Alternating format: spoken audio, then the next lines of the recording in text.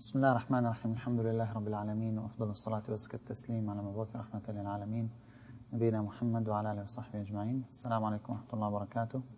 Welcome to the akhlaq class. Today inshallah we will discuss the akhlaq of the Muslim with his parents.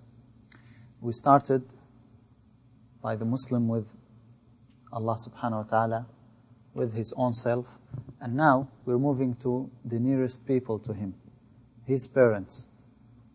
They are the reason for him to be here in this life. Allah subhanahu wa ta'ala created him, but they are the reason for him to be here. And the Quran reminds us constantly about the rights of our parents. As in this ayah, in Surah Al-Isra, where Allah subhanahu wa ta'ala says, وَقَضَى رَبُّكَ أَلَّا تَعْبُدُوا إِلَّا إِيَّاهُ وَبِالْوَالِدَيْنِ إِحْسَانًا إِمَّا يَبْلُغَنَّ عِنْدَكَ الْكِبَرَ أَحَدُهُمَا أَوْ كِلَاهُمَا فَلَا تَقُلْ لَهُمَا أُفٍّ وَلَا تَنْهَرْهُمَا وَقُلْ لَهُمَا قَوْلًا كَرِيمًا وَاخْفِضْ لَهُمَا جَنَاحَ الذُّلِّ مِنَ الرَّحْمَةِ وَقُلْ رَبِّ ارْحَمْهُمَا كَمَا رَبَّيَانِي صَغِيرًا. Allah subhanahu wa ta'ala in this ayah instructs us to be dutiful to our parents. Look what Allah subhanahu wa ta'ala says. Say not to them a word of disrespect. Actually in Arabic, in the Arabic text, it is uff. How many times your father or your mother asked you to do something and you said, oh, just only that? Allah subhanahu wa ta'ala is telling you, even this, do not say it. Any expression of displeasure, any expression of being unpleased with what they are saying, let alone disobeying them. And here Allah subhanahu wa ta'ala in this ayah is reminding you when they become old, when they need you. Because usually that's when your true personality comes to the surface. That's when your true dutifulness to your parents come. Before that, they don't really need you. You need them. But now, we can judge if you are dutiful to your parents or not. Now, this is a great ayah in Surah Al-Isra. And there are many ayat as well. Islam, again, pays lots of attention and gives lots of respect to the parents because they deserve that. Unlike the civilization that we are living in. It's very sad when you observe and you see the TV shows, the programs, movies, every single one of them, you find that the parents are the troublemakers. The parents are backward.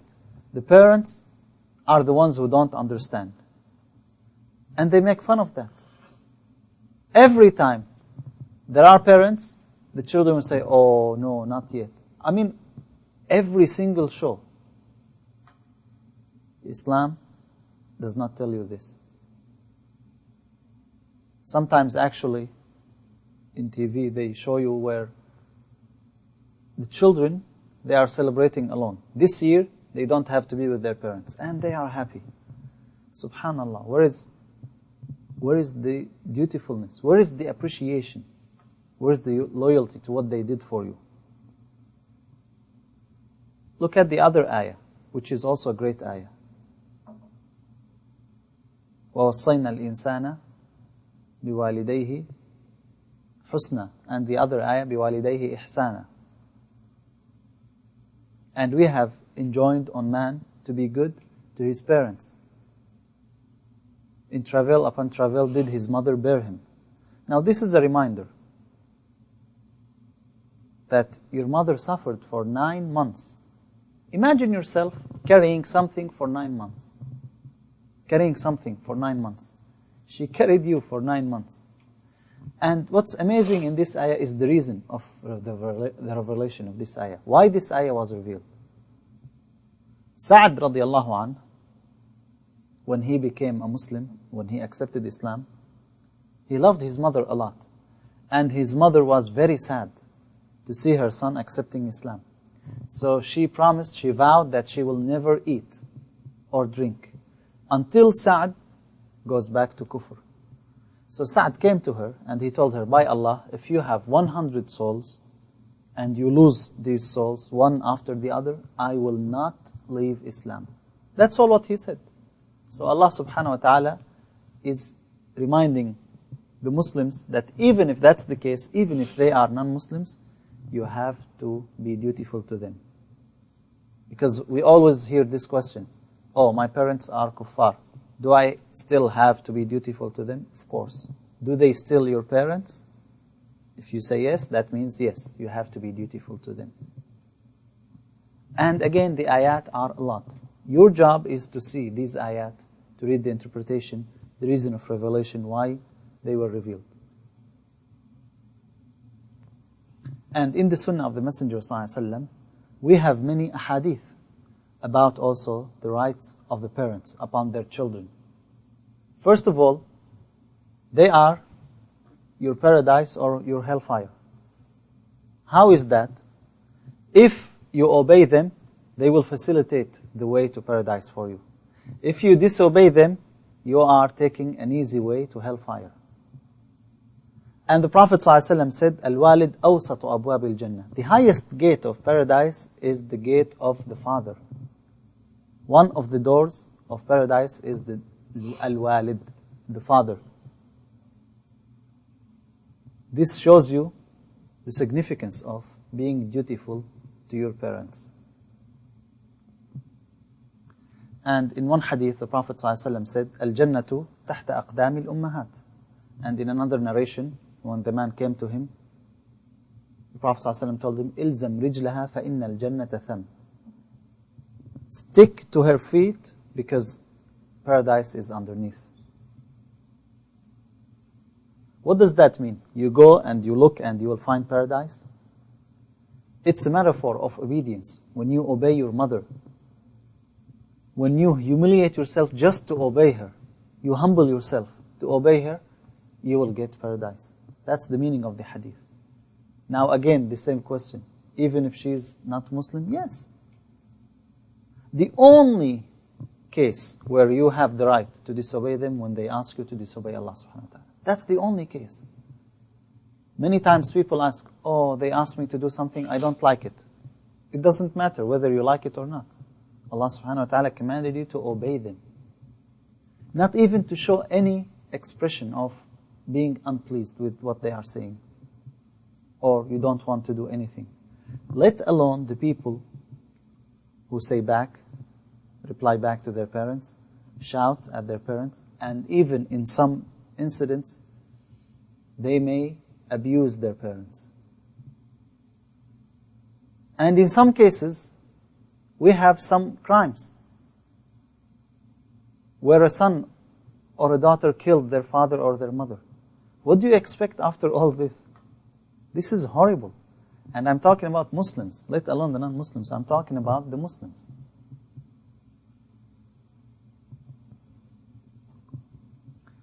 The Prophet ﷺ in Sahih Muslim, he said, مَا جَزَى وَلَدٌ وَالِدًا إِلَّا أَنْ يَجِدَهُ عَبْدًا فَيَشْتَرِيهُ فَيَعْتِقَهُ. You will never be able to pay back your father what he did for you. You will never. That's in Sahih Muslim. Except, there is only one case. You find him a slave, you purchase him from his master, and you free him. That's the only case where you will be able to pay back your father. What about your mother? The right of the mother is so great that you will never be able to pay her. The Prophet ﷺ, when he was asked, who deserves the best companionship? Who should be my best friend? And the Prophet ﷺ told the man, your mother. The man asked again, then who? And the Prophet ﷺ again said, your mother. 3 times. And then he said, your father. So here's the question. Are your parents your friends? Or you consider them as enemies to you? Now, if I asked every one of us, we would all say, Alhamdulillah, we are dutiful to our parents, we are perfect, and everything is okay. But they have to judge, not you. If we ask them, what are they going to say about you? Do you really consider them as your friends?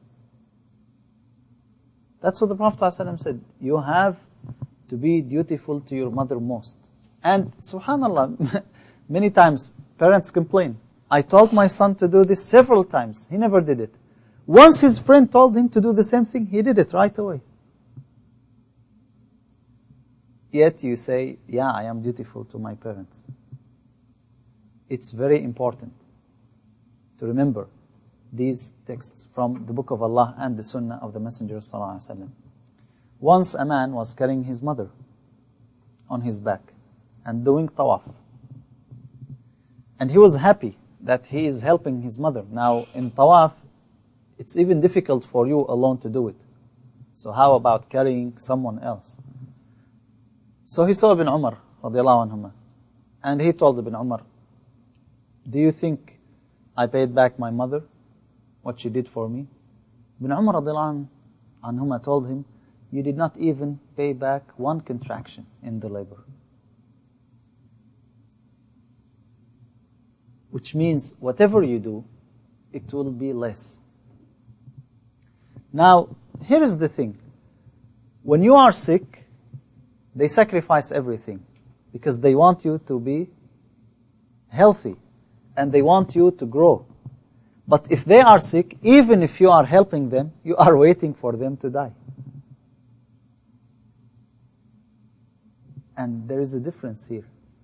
That's what happens many times, even for those who help their parents.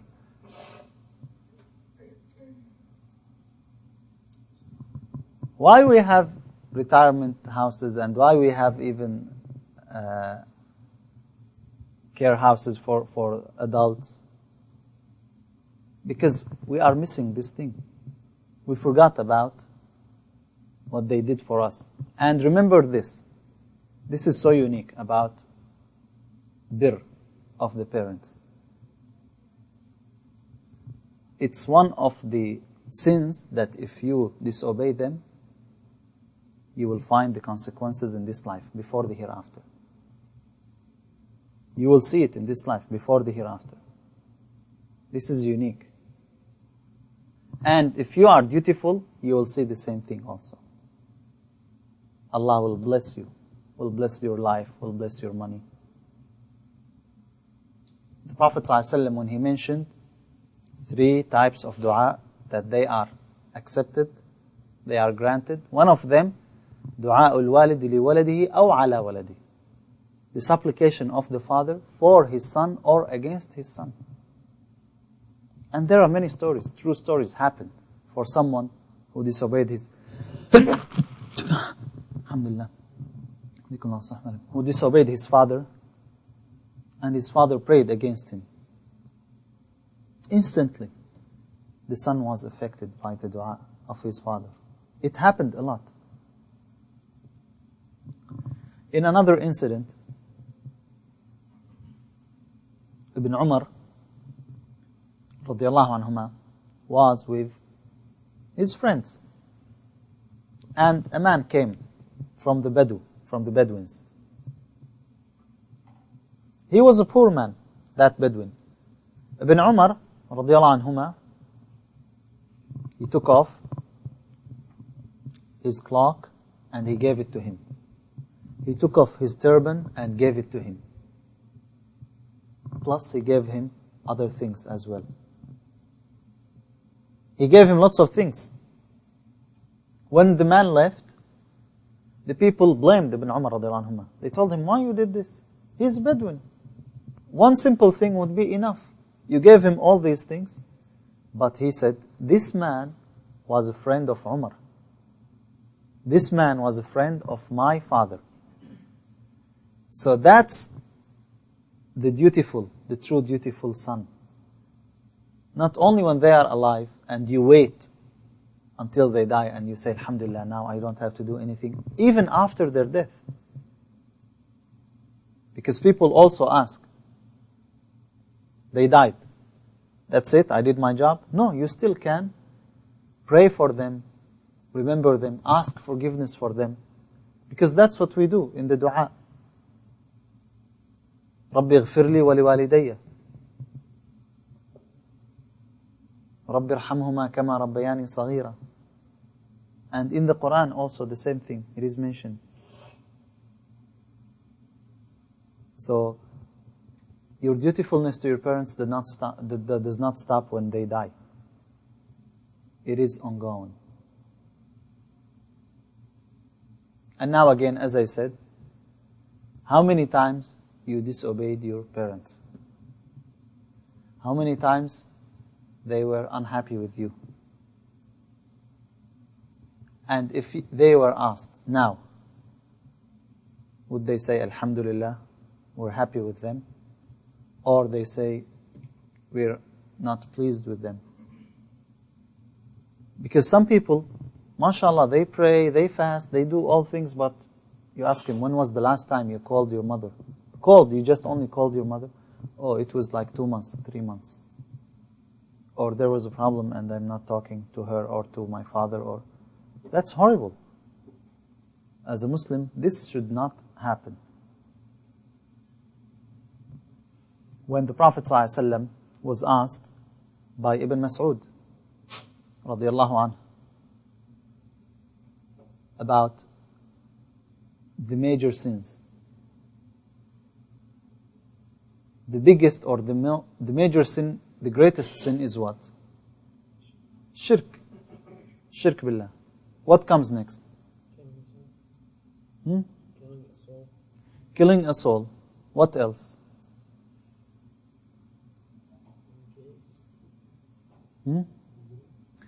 Fornicating with the wife of the neighbor.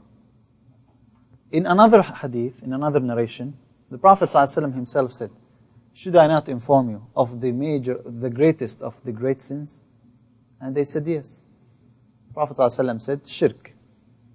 He said, then uququl walidain. And then he said, shahadat az-zur, the false testimony. So what comes in the second place?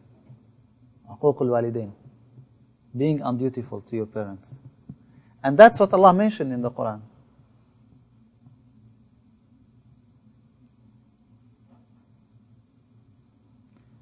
The first ayah, وَقَضَى رَبُّكَ أَلَّا تَعْبُدُوا إِلَّا إِيَّاهُ وَبِالْوَالِدَيْنِ إِحْسَانًا. Allah is reminding you to worship Him alone, and what comes next? Directly. Being dutiful to your parents. So it is coming next. Again, this topic is very long. You could talk about it for hours and hours, but the question is, are you obeying your parents or not? Are you obedient to your parents or not? One of the companions of the Messenger ﷺ, he used not to eat with his mother. He sits with her, but after she finishes, he eats. And when he was asked why, he said, because I'm afraid she wanted to eat from that spot and I took it before.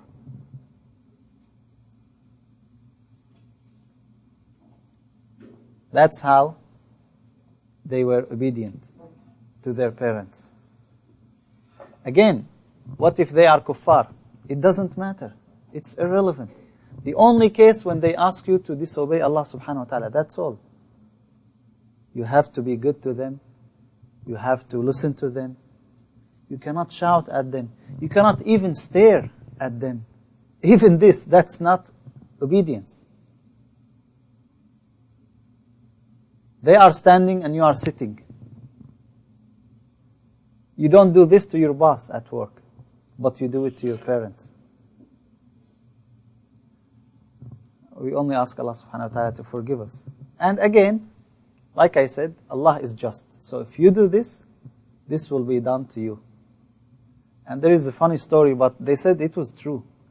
When the man carried his father, after his wife insisted to kick out his father from the house. And he listened. Eventually he listened to his wife.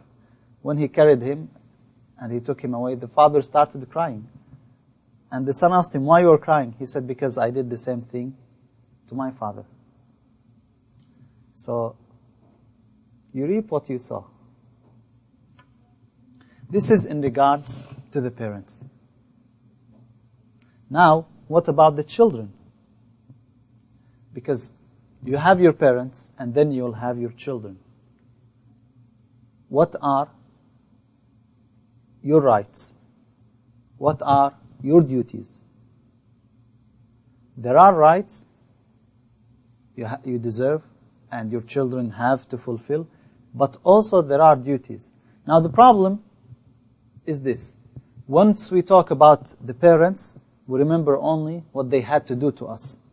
And once we talk about children, we remember what they have to do to us as well. We are remembering only our rights. We don't remember our duties. But you have to be fair. You have to remember both things. Your rights and your duties. Now the same thing for the parents. I mentioned their rights, but also they have duties that they have to fulfill.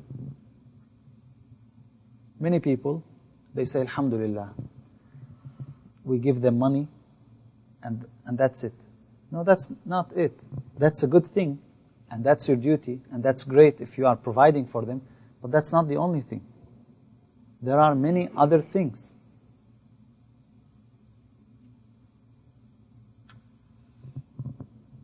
I can brief them through the story of Umar radiallahu anh and the man. A man came to Umar radiallahu anh complaining that his son is disobedient. Whatever he tells his son to do, he's not listening. So Umar radiallahu anh called the man, and the man came, the son of that person who complained. So he told him, why don't you listen to your father? So the man said, oh, Commander of Faithful, don't I have also rights? Umar radiallahu anh told him, yes, you have. So the man asked, what's my rights? What's the obligations of my father? He said, Umar radiallahu anh said, he has to choose a good mother for you. Which means before you are born, he has to choose a good mother. Who is the mother of your children? Did you choose a good mother? This is one thing. Then he should choose a good name for you. And he should educate you. So the man said, by Allah, he did nothing of these things.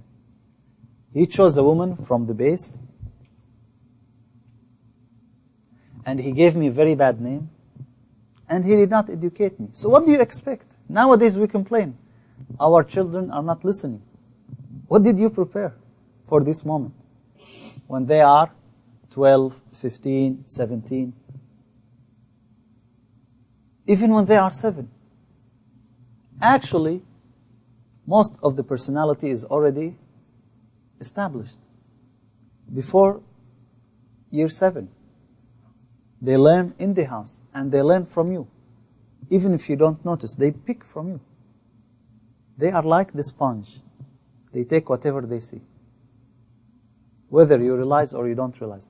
And nowadays, school started less than a month ago, right? I used to complain in the masjid 1 month ago of the noise. The Isha prayer, we have lots of children, and we have lots of noise. And it was late, 10, 15, it was late. But mashallah, the masjid is full with children. Why? Well, it's summertime, tomorrow there is no school. Good. Next day, in the morning, there's nobody in Salat Subh. Where are the children? We used to make the noise last night. They are sleeping. Okay, what's going on nowadays? The masjid is, mashallah, quiet in Salat al-Isha. Why? Oh, they have to sleep early. Tomorrow there is a school in the morning. So we are telling our children school is more important than prayer. Oh, no, I never told my child this. Yes, you did not tell him, but that's what you did. That's what you're doing. If your child missed 1 day of school without an excuse, you won't let it go. Imagine your son woke up one day, I don't want to go to school today. Okay, fine. Is that what you're going to tell him? Or tell him why? It is your future. And you give him lecture about the importance of education. But is it the same thing when he misses the subh prayer? Do you care about him going to the masjid for prayer? Do you have attendance sheet? Or it's only for the school? Now, this is what's going on. Allah subhanahu wa ta'ala reminded us, يَا أَيُّهَا الَّذِينَ آمَنُوا قُوا أَنفُسَكُمْ وَأَهْلِيكُمْ نَارًا. Protect yourselves and your families. And the Prophet ﷺ said, كُلُّكُمْ رَاعٍ وَكُلُّكُمْ مَسْئُولٌ عَنْ رَعِيَّتِهِ. All of us are in charge of what we undertake. We have responsibility towards our children. So that's very important. On the other hand, again, you as a child, as a son or as a daughter, whatever you gain, whatever you have, if your parents asked you and they need, you have to give them. In the time of the Messenger ﷺ, a man came to the Prophet ﷺ complaining, and he was crying when he came, that his son does not provide for him. So when the man came, the Prophet ﷺ said, أَنْتَ وَمَالُكَ لِأَبِيكَ. You and your money belong to your father. Because who brought you to this life? Allah created you, but who brought you? Your father and your mother. That's why, can you pay zakah for your parents? You cannot. You have to give them. That's not considered zakah. As long as they need, you have to provide for them. The same thing for the children. You cannot pay for your children zakah. But for your brothers, you can. Because you don't have to provide for them. But for your parents, for your children, you cannot pay zakah. You mean pay them the zakah, Yeah. the money to them as zakah? As zakah, you cannot. You have to give them the money if they need, the moment they ask.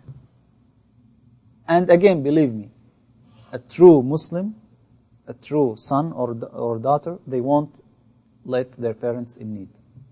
No matter what. So, there are obligations towards the children. Before we ask our children to be respectful to us, we need to see what did we give them. We take our children to school and we tell them, learn honesty, be honest, tell the truth, do not lie. They come to the house, someone calls, I'm not here. So we tell them, do not lie, but we are lying. How do you expect from them not to lie?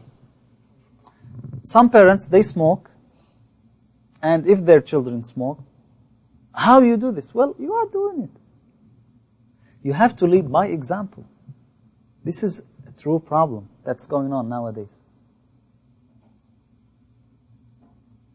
Ibrahim bin Adham, one of the pious predecessors, a man came to him and he told him, I want you to advise me, how should I raise my child? And Ibrahim bin Adham told him, how old is your child? He said, 2 months. It's too early, alhamdulillah, I came in the right time. Ibrahim bin Adham told him, it's too late. If you were honest, you should have come before you married to ask me, which wife should I choose to become the mother of my children in the future? Now maybe you consider this exaggeration, but that's really true. Nowadays there are researches about the children, the embryo in the womb, still the baby, the fetus, they are affected by what they hear. Believe me, if you keep on playing Quran, they will pick that. There are researches about this. They can distinguish the voice of the mother. So, that's maybe what the Messenger ﷺ said when he said, تَخَيَّرُوا لِنُطَفِكُمْ. Choose the vessels where you will have your children in the future. So, there are obligations toward our children. And at the same time, they have to be obedient to us. We expect this. You do your job, and then you rely on Allah subhanahu wa ta'ala. Now sometimes, you did not do anything wrong, but that's the will of Allah subhanahu wa ta'ala. Nuh alayhi salam, do you think he did not do his job as a parent? Of course he did, but still his son was disobedient. So it could happen. Now raising child is very difficult, especially nowadays. It is difficult. But remember the reward from Allah subhanahu wa ta'ala. I mean, do not remind your child always, I am the father, I am the mother, I am doing this and doing that. They know what you're doing. So you should not keep on mentioning this. Sometimes, the parents are dictators inside the house. They only issue orders. No communication, no dialogue, no give and take. It's only, this is what should happen because I say so. And that doesn't work. It doesn't work this way. You want your children to obey you because they fear you or because they love you. That's the question. Believe me, this starts from the beginning, from very early age. That's why the Prophet ﷺ said about the prayer, عَلِّمُهُمْ لِلسَّبْعِ وَضْرِبُهُمْ لِعَشْرٍ. Teach them when they are 7. Nowadays, many parents, they are leaving their children in the public school and they don't know what's going on there. And eventually, if there is any problem, they are surprised. What happened? Well, you left them. And now you ask, where were you before that? What do you want from your children? Do you want them to become rich? Or you want them to become pious? Now, of course, alhamdulillah, everybody will say, no, I want them to become pious. But at the same time, if they are rich, of course, there is nothing wrong with it. But ask any youth, any boy who's graduated from school, who's in college, about to find a job, if he's looking for a wife, what he's looking for. Is it really the religion or it is other things? And the same thing, ask any girl. If someone proposed, which one you will choose? If more than one, you will choose the pious or the one who has more money. And who's responsible for this? The parents.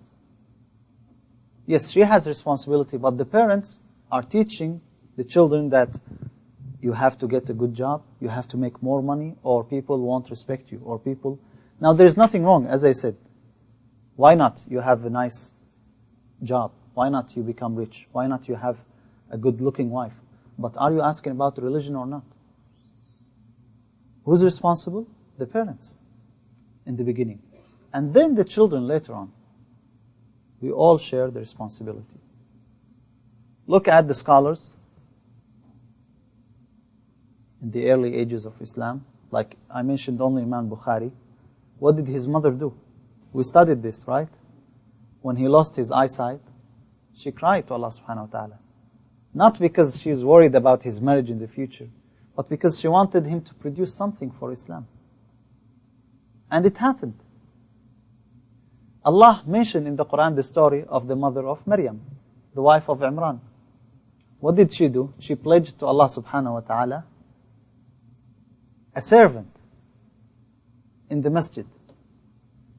She never thought that it is a girl, not a boy. And she was saddened by that. But Allah subhanahu wa ta'ala, because of her sincere intention, Allah made her daughter the mother of a prophet, of Isa alayhi salam. Because of the sincere intention of the mother. So what's your intention? You want your children to become rich, to become famous? Or you want them to serve Islam? You want them to be good? And in the process, there is nothing wrong of also pursuing a good career, having other good things in this world. But your major concern should be the religion, the deen. Education is important. And I mean by education, not the academic education, but the religious education. Prayer, fasting.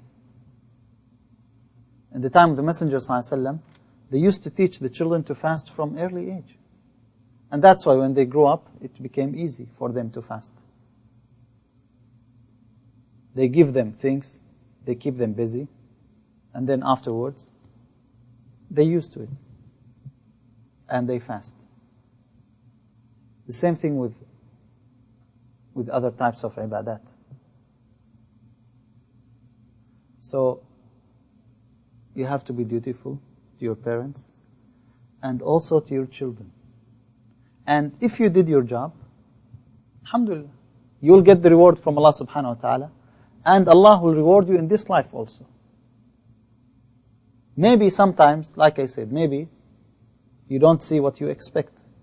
It's a test from Allah subhanahu wa ta'ala. Allah wants to increase your hasanat. In general, most families, they have one odd family member. Even if the entire family is good, you still have one person who is deviated. And because of him, the entire family is rewarded. It happens. Or it's the opposite.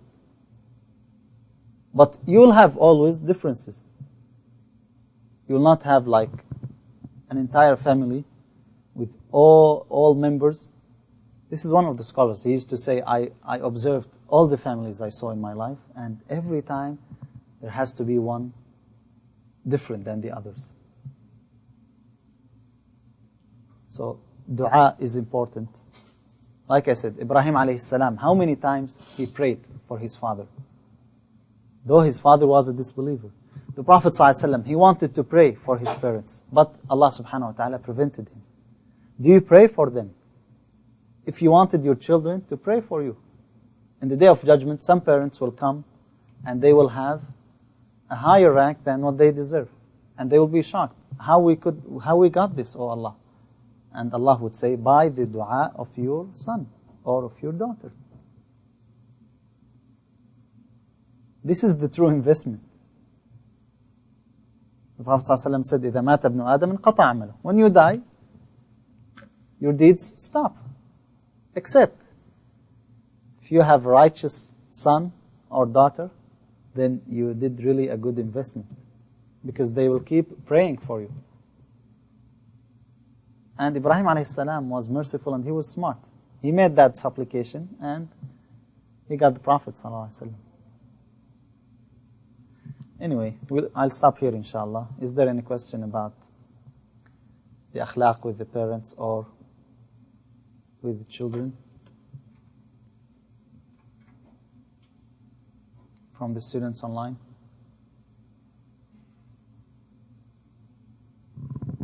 Okay, then we'll stop here inshallah.